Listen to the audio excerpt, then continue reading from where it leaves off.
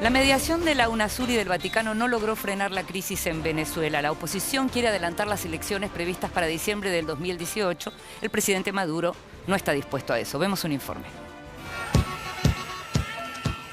La aguda crisis política en Venezuela no cede y la mediación del Vaticano junto con UNASUR no arrojó resultados hasta el momento.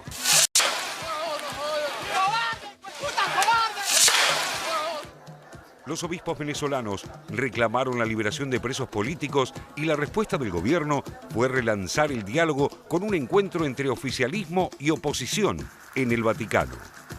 60 religiosos firmaron un documento reclamando que se cumpla con el Código Procesal Penal vigente y que los detenidos, que serían unos 106, enfrenten los procesos judiciales en libertad.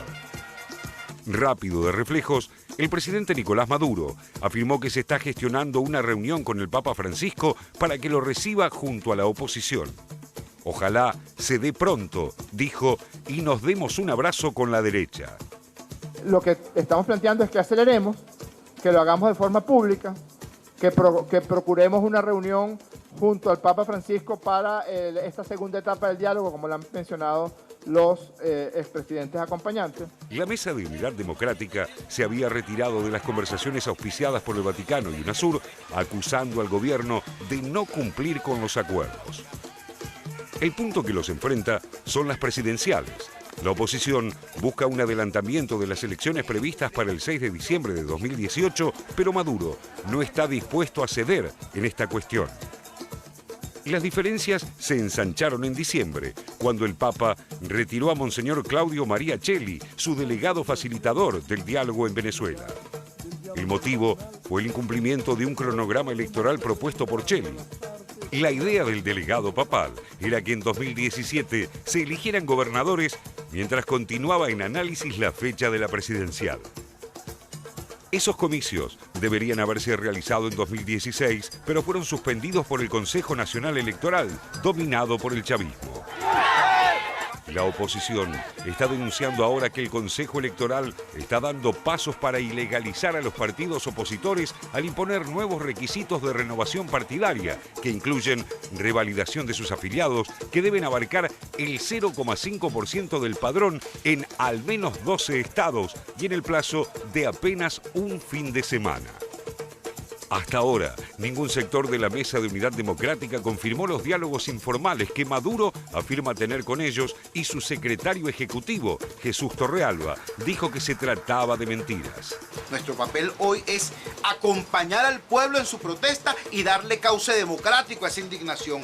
Esa es nuestra agenda de calle. Para nosotros es transparente que el gobierno llega al diálogo obligado. El gobierno no está sentado en el diálogo porque quiera. Pero la oposición tampoco está en su mejor momento. Luego de haber logrado un importante rédito político con masivas marchas contra la escasez y la crisis, se sumergió en internas que la debilitaron. En este contexto, el Papa o cualquier otro mediador no tiene mucho margen de acción. Para avanzar en soluciones, las partes en conflicto deben ceder en algo, y no es justamente lo que pasa en Venezuela.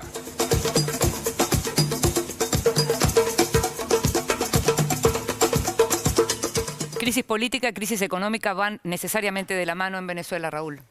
Exactamente, y hay una expresión que no se suele utilizar mucho en los análisis políticos, pero en el caso de Venezuela, como en otros, aparece como una cuestión central, que es la fuga de capitales. El problema que tiene Venezuela con las divisas está pasando a ser el trauma del gobierno, en muchos sentidos, no solo con la oposición, porque la oposición aprovecha el tema de la escasez, un gobierno que a raíz de la falta de dólares por la caída del precio del petróleo, debió recurrir a la deuda externa, a los préstamos externos. Hoy la deuda se convierte en un peso muy grande para Venezuela. El gobierno de Maduro, para evitar un default, está cumpliendo a rajatablas con los pagos de la deuda y con esto escasean los dólares para la importación. Entonces se dejan de importar alimentos, se dejan de importar medicamentos y esto pasa a ser un drama y una discusión inclusive interna al propio movimiento bolivariano, al chavismo, porque hay quienes no están de acuerdo en que se privilegie el pago de la deuda por sobre las necesidades básicas, elementales de productos importados. Pero esto también es un tema que se mira con muchísima atención desde la oposición porque ven en la posibilidad de que Venezuela entre en la cesación de pagos, la caída del gobierno. Ahora, hay muchísima presión desde el exterior y también obviamente del interior para que Venezuela se declare en Te hago la default. siguiente pregunta, porque cuando uno habla de fuga de capitales, uno lo que puede pensar es, bueno, gente que tiene dinero, que no siente que sea seguro el lugar para invertirlo y lo saca para preservarlo. Seamos generosos con eso. ¿Podemos pensar que hubo algo mal hecho en términos económicos como para que haya gente que diga, yo el dinero acá no lo puedo invertir porque lo voy a perder? Sí, admiro tu generosidad para pensar eso, para caracterizar la fuga de capitales. Pero lo que estuvo mal hecho, Inde, es que si un gobierno como el venezolano pensaba que tenía que tener cierto control sobre esto, estos controles se hubieran convertido en mecanismos de corrupción como le ha sucedido a Venezuela en todos los últimos años. Fracasó totalmente las políticas de control de cambio, de control de divisas. Fracasaron Por corrupción.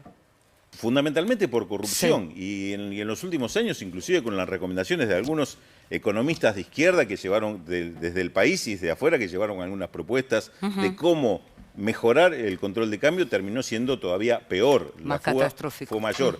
Ahora, la fuga está alimentada por capitales que fugan del país quizá con una intención política, claro, pero también otros que fugan porque dicen, tengo mejores oportunidades de negocios afuera, inclusive comprando los bonos de la deuda venezolana, convirtiéndose en acreedores externos del país, porque, como te digo, el tema de que Venezuela o Maduro haya decidido priorizar el pago de la deuda ha provocado, por ejemplo, que Bloomberg acaba de sacar un informe donde dice que el mejor negocio del año 2016 fueron los bonos de la deuda venezolana, un país que se supone altamente riesgoso y demás, pero evidentemente está dando una utilidad tremenda. Y repito, una crisis política también al interior del gobierno con respecto a esta política.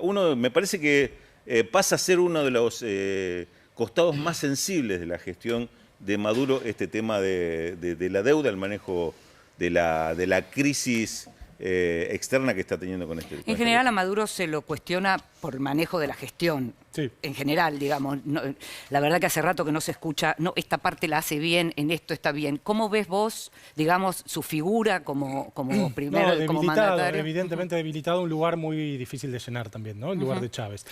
Yo, si uno tuviera que resumir, o yo por lo menos, si tuviera que resumir la situación política venezolana hoy, diría oposición dividida, oficialismo debilitado. Me parece que es ese, por ahí la fórmula que de algún modo sintetiza y condensa lo que está pasando. Oposición dividida, porque la oposición siempre está fracturada entre un sector más radical. Recordemos que cuando la oposición ganó las elecciones de la Asamblea Legislativa, dijeron que Maduro se tenía que ir en 6 meses.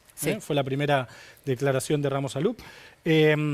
Que después quisieron declarar el abandono del cargo e incluso declararle nulo a la presidencia porque decían que era colombiano, cosa que bueno, no era. Ese es el sector más radical y hay un sector más dialoguista que intentó articular con el gobierno el llamado del Vaticano, la comisión esta de presidentes del exterior y demás. Eso por un lado. Y por otro lado un oficialismo que lo que está tratando de hacer es ganar precio esperando que suba el petróleo. Siempre repito la misma frase, una frase clásica de la cultura política venezolana que dicen que en Venezuela no hay buenos o malos presidentes, sino buenos o malos precios del petróleo. Bueno, lo que está esperando el gobierno chavista es patear las elecciones todo lo posible para adelante. Tenía que haber elecciones de gobernadores el año pasado, se suspendieron, va a haber supuestamente el primer semestre de este año, esperando que suban los precios del petróleo. Y mientras tanto, esta especie de empate en el cual ni el oficialismo ni la oposición logran romper y construir una hegemonía que les permita recuperar la conducción de la situación política y la sensación de que está pasando algo que ya hemos hablado y vemos muchas veces, que es que parece que el chavismo siempre va a caer y al final no cae. Lo cual también lo debería, por lo menos me lleva a mí a repensar un poco y revisar un poco la política venezolana. Ahora, no cae el chavismo, no surgen nuevas figuras, la oposición no termina de aprender la lección. Y mientras tanto, la escasez así no se mejora. O sea, mientras se esperan los precios del petróleo, esto se agrava. 55.000 millones de dólares son los que le otorgaron en créditos a Venezuela, Rusia y China, que Venezuela debería devolverle con petróleo y no lo está haciendo, no lo puede hacer, porque la provisión de petróleo es menor y porque los precios evidentemente han caído. Hubo dentro del gobierno de Maduro también un reacomodamiento. Nombrar un vicepresidente, Alzheimer en este caso, también significó delegarle el atributo tributo, de firmar decretos vinculados con presupuesto y vinculados con traspaso de personal dentro de la administración pública. 15 atribuciones que son presidenciales se las delegó al vicepresidente, en este caso, que proviene del sector duro, digamos, del chavismo. Y otro tema también importante, las empresas en manos de militares. Primero, un gabinete compuesto en su mayoría por militares, hay mucho militar, y 11 empresas manejadas por militares, algunas que no se sabe muy bien cuál es su función, pero están manejadas por personal militar. Porque claramente debe sentir una lealtad todavía en esas Y esa lealtad también, fuerzas, ¿no? también es la que se mostró cuando Maduro hace poco tiempo salió con un arma a convocar a milicias en caso de una supuesta invasión de Venezuela, que siempre es supuesta, pero que siempre está como el gran fantasma externo que tiene el gobierno. Sí, esta semana se vio también la imagen de esa chica que le pedía por la situación en la escuela, como incomodándolo públicamente. Ahora, Natalia, ¿cómo está la cuestión en los organismos latinoamericanos? Es decir, ¿qué pasa con el afuera de Venezuela, que también está todo el tiempo mirando hacia Venezuela? Sí, y además Venezuela en todo momento tiene un conflicto país-región. Hoy el problema está entre Colombia y Venezuela porque han invitado al presidente del Senado y demás. Pero lo que hay que seguir ahora, las últimas noticias tienen que ver con la reunión que tuvo Luis Almagro, el secretario general de la OEA, con el vicepresidente de la Asamblea Nacional, que es Freddy Guevara.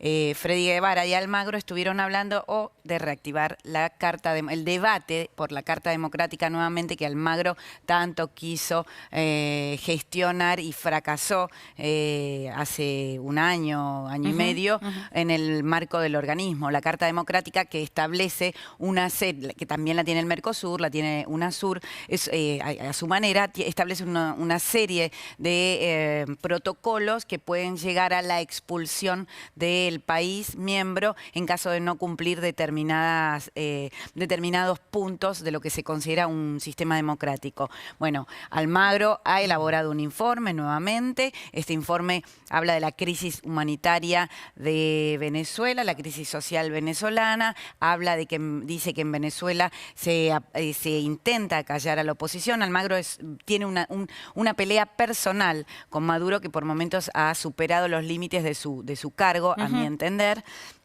Es una situación bastante complicada porque los países están divididos. Argentina no ha sido partidaria en su momento de activar esta carta.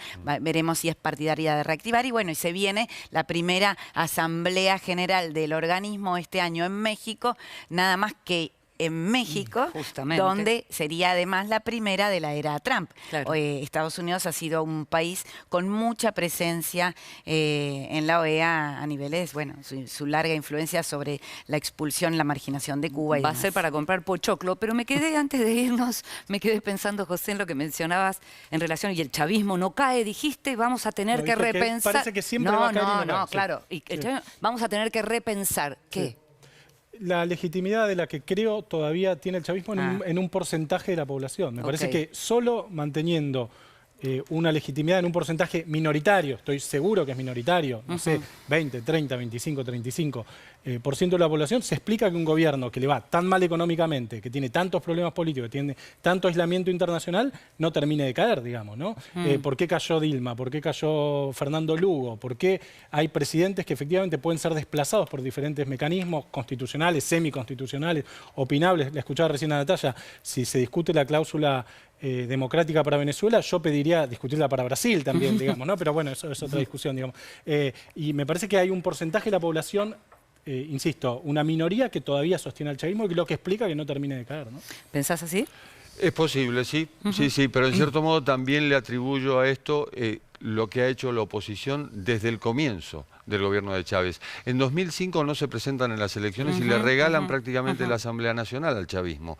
En este momento, por ejemplo, están absolutamente divididos, más allá de que emitan comunicados en conjunto. El MUD, es decir, que fue si se lo toma como partido, el partido que más votos obtuvo en la historia de Venezuela, esto fue cuando recuperaron la Asamblea Nacional. Crédito dilapidado, Hoy, totalmente. exactamente, comete el mismo error que se cometió hace 12 años. Es que la crisis son casi una veintena de partidos, el poder lo tiene, casi una veintena son, ¿no? El 59 son en total. Los 59, eran los 10, partidos de mira, Venezuela. Sí, sí. Domina, Acción Democrática, primero Justicia, Voluntad Popular, Nuevo Tiempo, ahora hay una gran crisis porque dicen que estos son los que dominan las posiciones y las decisiones de... Sí, lo que uno ve de afuera es del que movimiento están más preocupados por su propio lugar dentro de este Ujú. conjunto y este conglomerado que por hacerse finalmente... Quiero ver a Capriles y a López juntos, Sí, se por eso, matan. por eso. No, Y no- mientras tanto el gobierno de Maduro va a tener que encontrar alguna respuesta a este problema, ¿no? A este problema de la crisis de recursos que está y teniendo. sí, porque se agrava. Que es el debate que también está abierto al interior del propio gobierno o de la fuerza gobernante.